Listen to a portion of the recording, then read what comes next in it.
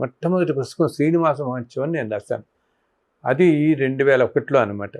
అది నాకు స్వామివారి కలలో కనపడి ఈ తిరుమల విశేషాలన్నీ రాయనాయన అంటే రాసిన మొట్టమొదటి పుస్తకం శ్రీనివాస మహత్యం.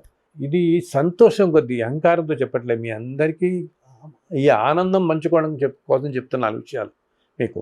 8 నెలలు పట్టింది నాకు పుస్తకం రాయడం కోసం. ఆ 8 నెలలు నేను నేల మీదనే పడుకున్నాను. నేల మీద పడుకుని అదొక యజ్ఞంలా స్వీకరించి మధ్యలో ఒక వారం రోజులు తిరుమల వెళ్ళి స్వామి దగ్గరే ఉండి అక్కడ కూర్చొని ఆ మ్యాన్స్క్రిప్ట్ అంతా రాసుకున్నాను. అలా పడుకున్న రోజుల్లో నెక్స్ట్ చాప్టర్ ఏం రాయాలి అని చెప్పి నేను ఏదో కూర్చొని రాసుకుంటూ ఉంటే ఆయన వచ్చి చక్కగా పక్కనే కూర్చునేవాడు.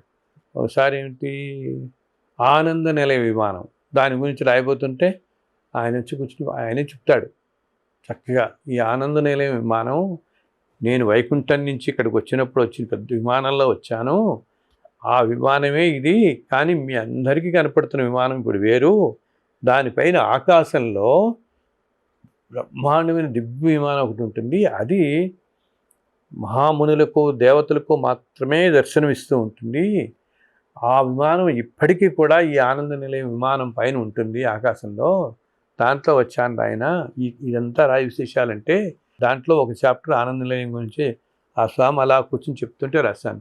ఎన్ని అనుభూతిలో ఆ స్వామితో నాకు అనమాట. ఆ పుస్తకం రాస్తున్నంత కాలం కూడా అసలు రాయటం మొదలుపెట్టి నుంచి చివరి దాకా ఎన్నెన్నో విశేషాలు చూశాను నేను రాస్తున్నప్పుడు కానీ మధ్యలో కానీ. అసలు దాంట్లో ఏ కవర్ ఉండాలి, ఏ ఫోటో పెట్టాలి, దాంట్లో అన్నీ చెప్తుండేవాడు. ఇవి నమ్మశక్యం మనకి కాదు, కానీ ఇప్పటికీ కూడా ఎంతోమంది భక్తులకి ఆయన పక్కనే వచ్చి కూర్చుని చక్కగా. అసలు మొదటి కాలాల్లో పాత రోజుల్లో ఇందాక నేను చెప్పాను కదా, మొట్టమొదట్లో ఆటవిలే కొలిసారని చెప్పేసి, ఆ రోజుల్లో స్వామి మానవులతో మాట్లాడుతుండేవాడు, విగ్రహంలో చక్కగా మాట వినపడుతుండేవి. అలాగే అర్చకులు చెప్తారు, ఒక 400-500 సంవత్సరాల క్రితం కూడా స్వామి అర్చకులతో మాట్లాడేవాడు, ఏదైనా చెప్తుంటే సమాధానం చెప్తుండేవాడు, స్వామి మనకి వినిపిస్తూ ఉండేది వీళ్ళకి అర్చకులకి.